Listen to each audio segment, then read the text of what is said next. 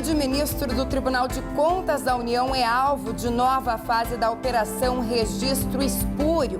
O Ministério Público do Paraná decide recorrer da medida que tirou ex-governador Beto Richa e parceiros da prisão. Robô curitibano promete ser a solução para evitar milhares de casos de cegueira. Vitória em casa afasta a Chapecoense da zona de rebaixamento e o Inter da liderança. Esses e outros destaques a partir de agora no Mundial News.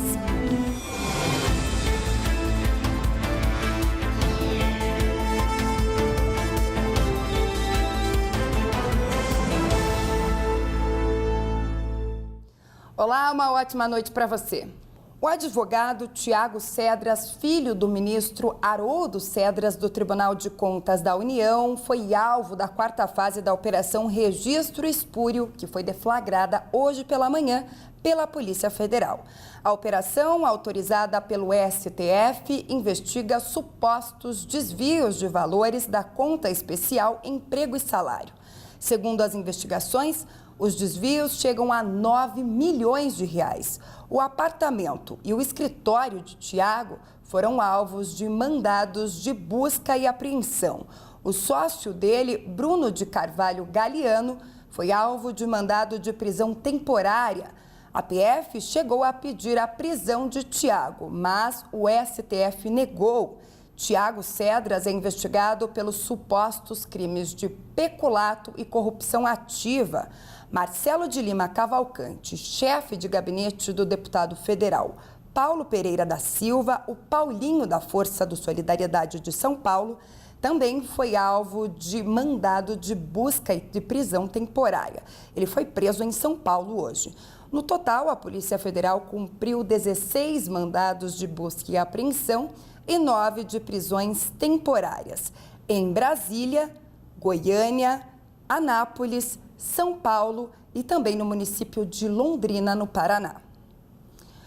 E falo agora de uma outra operação, Operação Rádio Patrulha. O Ministério Público do Paraná decidiu recorrer da decisão do ministro Gilmar Mendes do Supremo Tribunal Federal, que tirou o ex-governador Beto Richa e outras 13 pessoas da prisão no último final de semana.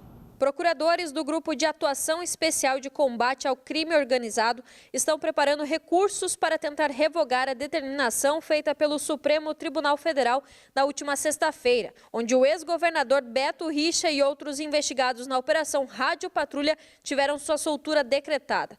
As prisões ocorreram como forma de evitar que os suspeitos interferissem nas investigações, o que, segundo o GAECO, já havia ocorrido no mês de agosto.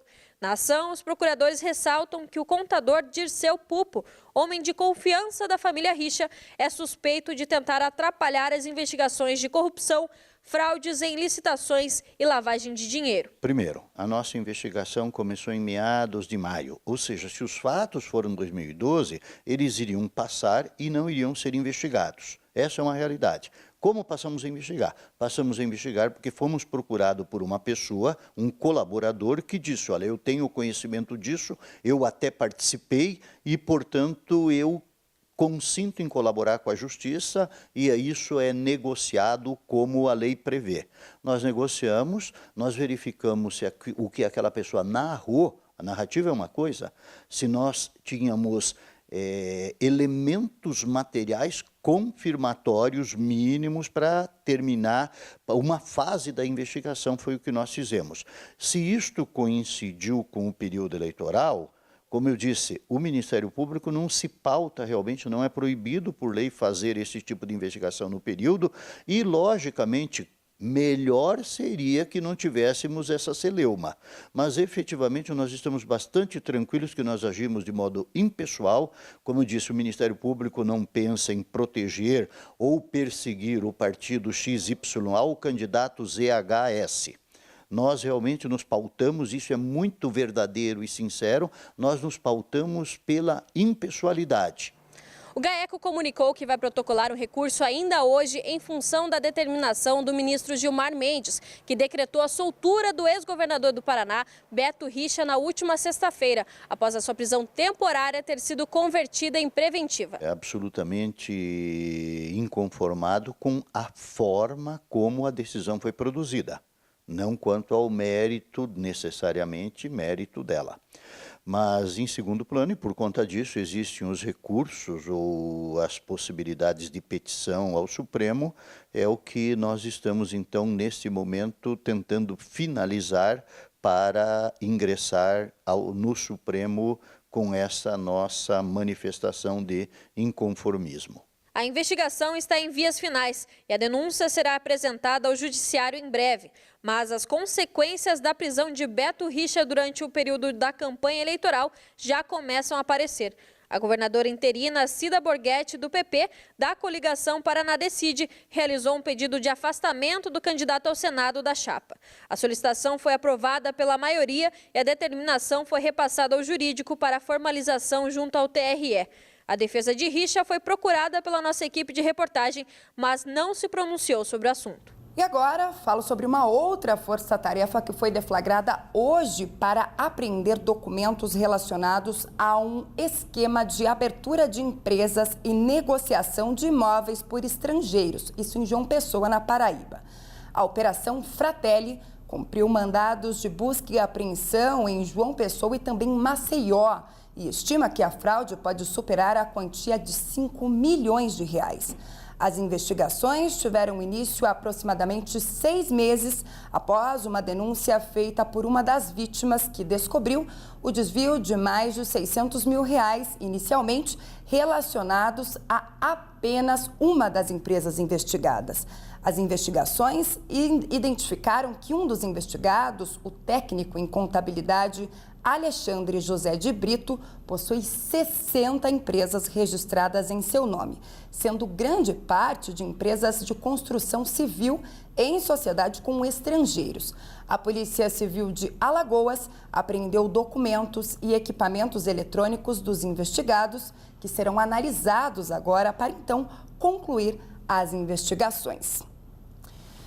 E o delegado Rodrigo Moraes, da Polícia Federal de Belo Horizonte, esteve em Campo Grande, no Mato Grosso do Sul, ontem para ouvir o depoimento de Adélio Bispo de Oliveira. Lembrando que Adélio é suspeito de esfaquear o deputado federal Jair Bolsonaro e candidato também à presidência da República pelo PSL. Isso foi no último dia 6. O delegado afirmou que ainda nesta semana outro inquérito será instaurado para investigar como a ação criminosa foi planejada e se houve ajuda, então, de outras pessoas. Esta é a terceira vez que a Polícia Federal interroga Adélio. Ele foi transferido para o presídio em Campo Grande 2 dias após o ataque em Juiz de Fora, na região da Zona da Mata Mineira. Jair Bolsonaro segue internado na unidade semi-intensiva do Hospital Israelita Albert Einstein, em São Paulo. E no próximo bloco é hora de falar de esporte. Marcos de Pato traz todos os detalhes da vitória da Chape ontem à noite. Daqui a pouquinho.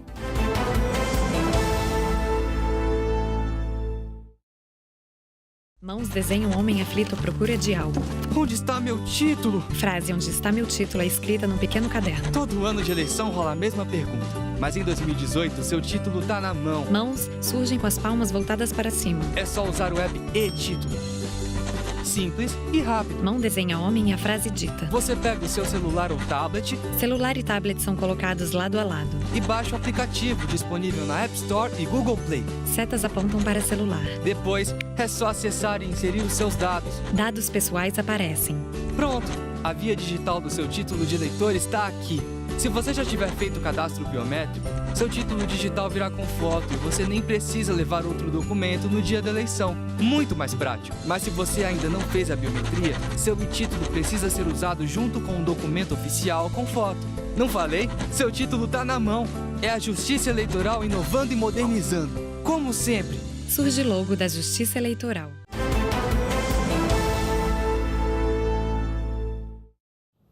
E agora é hora de falar de esporte.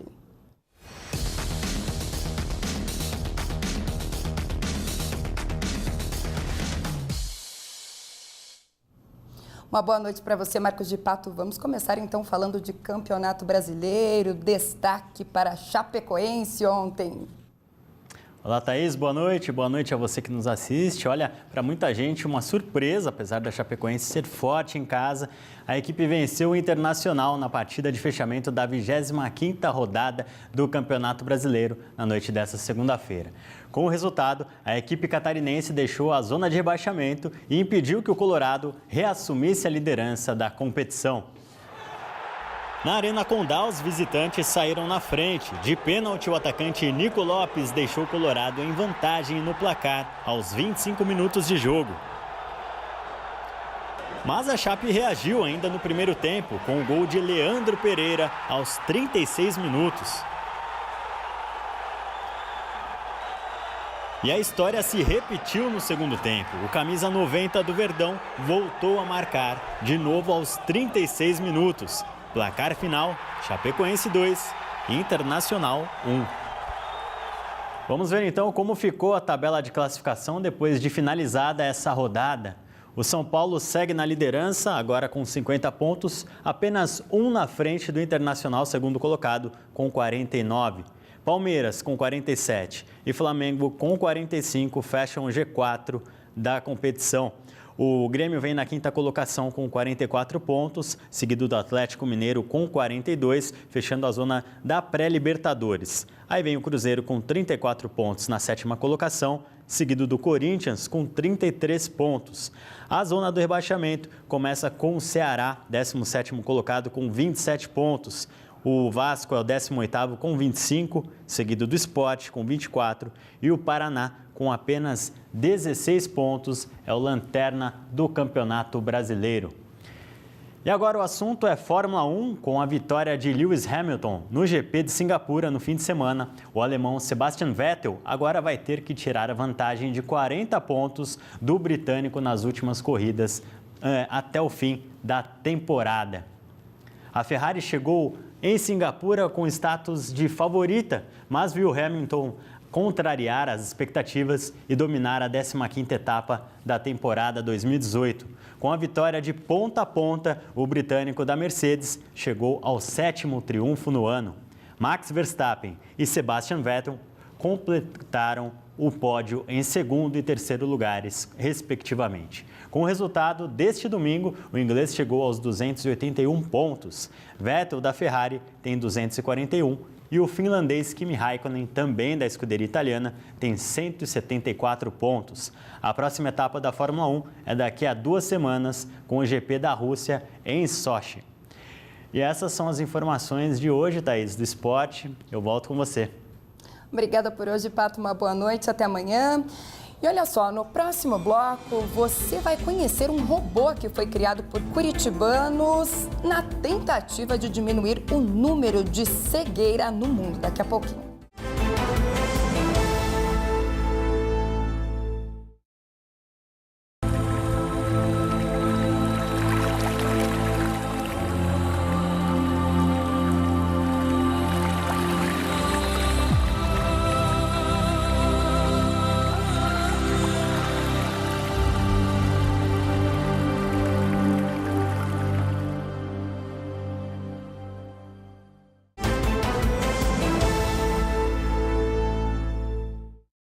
Com a ideia de encontrar uma solução efetiva para os milhares de casos de problemas de visão que poderiam ser evitados, uma startup curitibana criou um robô. Adam, como é chamado, oferece testes rápidos e precisos por meio de um equipamento portátil. Confira. De acordo com o Conselho Brasileiro de Oftalmologia, existem cerca de 1,2 milhão de pessoas que estão cegas no Brasil. Mas a Organização Mundial da Saúde, a OMS, estima que cerca de 80% destes casos poderiam ter sido evitados ou tratados com acompanhamento oftalmológico. Tendo em vista todos estes dados alarmantes, um curitibano resolveu criar um aparelho para auxiliar no diagnóstico precoce das doenças oculares. Hoje o Adam, de maneira simples de entender, ele faz teste de visão com inovação. Ele faz a parte que a gente chama de acuidade, é saber qual é a qualidade da visão da pessoa nesse momento, agora. A gente consegue em 5 minutos descobrir problemas como miopia, astigmatismo, vista cansada, daltonismo. E também o teste ele pode ser realizado de 4 formatações, sem o óculos, sem o uso do óculos, com o uso do óculos com correção, com lente de contato e até mesmo pós e pré-cirúrgico, né, para saber a qualidade da visão naquele momento. E eu entrei na onda e resolvi testar a minha visão também. Como será que foi meu resultado? Nós vamos ver aí, Marina, na parte de cima, nós vamos ter os desenhos, que é ali, como eu falei para você, para as pessoas não alfabetizadas e crianças, se for preciso. E aí, logo em seguida, eu vou pedir para você, do lado esquerdo, tem a letra A, B e C. Você pode falar para mim as cores da letra A, B e C? A é vermelho, B é amarelo e C é azul. Agora, da número 1 até o número 5, você pode falar para mim as letras do número 1 em diante? Do 1 é o E, F, P, T. No final do teste aqui, então, a gente recebe o seu resultado, tá? Ó, aqui, ó. Resultado do teste. Faça um novo teste com ADA daqui 6 meses. Consulte seu especialista pelo menos uma vez ao ano. Então, a gente recomenda agora, com esse teste, você ir ao oftalmologista, então, para fazer uma consulta agora e uma revisão do seu grau. Você leva o seu QR Code ou do seu e-mail que você está recebendo. Você acabou de receber no seu e-mail também. Então, com esse papel agora, você leva no seu médico de confiança ou o seu e-mail e ele vai ter acesso ao resultado do seu teste. Os testes não substituem a avaliação de um médico especialista, mas com análises precisas, o robô consegue detectar doenças e até quando o grau de visão mudou. Em 2017, foram feitos testes em cerca de 550 mil pessoas. O objetivo é tornar a tecnologia acessível e fazer com que ela chegue em todos os lugares, principalmente nas regiões mais carentes. Tornar o ADAM cada vez mais acessível, levar o maior número de pessoas, né, como nos interiores do Brasil, nos municípios, nas comunidades, nos lugares mais carentes, nos lugares de um nível mais elevado também. A gente quer chegar em todo nível, todo canto do Brasil. A ideia do robô já ganhou o mundo, com a participação em diversas competições internacionais. A meta é chegar até o final deste ano com mais de 1.000 unidades do ADAM fabricadas, para que o sonho de diminuir a cegueira no mundo fique cada vez mais perto. É um orgulho muito grande, né? Porque a gente pensa que a qualidade visual, né? Quando você consegue contribuir com a qualidade visual das pessoas, de pessoas que não têm muitas vezes acesso à saúde pública, então se você consegue contribuir, por menor que seja a sua contribuição, é uma coisa muito gratificante, né? Com o nome em homenagem ao avô do Juliano, o ADAM Robô promete continuar evoluindo, para que muitos casos de cegueira possam ser evitados, principalmente em crianças carentes. Eu sonho muito, assim, a menina dos meus olhos é o ADAM Robô Júnior, que é das crianças. Nós conseguirmos testar crianças hoje de 3 anos, a partir de 3 aninhos de idade, até os 12 anos, é algo incrível.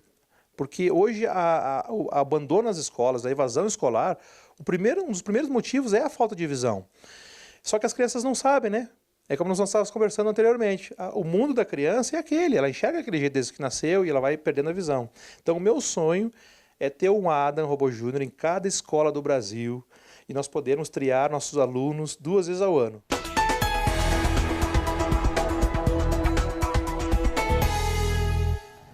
Na quarta-feira, a previsão é de tempo firme em boa parte da região sul, mas com bastante formação de nuvens. As temperaturas ficam mais amenas em toda a região sul do país, com ligeira sensação de frio nas áreas mais ao sul. No oeste e norte do Paraná, a previsão é de chuva ao longo do dia. No centro-oeste e sudeste, não há grandes mudanças. As chuvas se mantêm concentradas no Mato Grosso do Sul, São Paulo, Minas Gerais e Goiás. Temperaturas mais amenas ainda na região sul, mínima de 15 graus em Porto Alegre, 17 em Florianópolis, Santa Catarina, 14 em Curitiba, 18 graus a mínima em São Paulo e máxima de 28. No Rio de Janeiro, capital, e no Espírito Santo, os termômetros podem chegar a 29 graus e em Campo Grande, no Mato Grosso do Sul, a 33. E o Mundial News hoje fica por aqui. Uma ótima noite para você. A gente se vê amanhã. Até lá.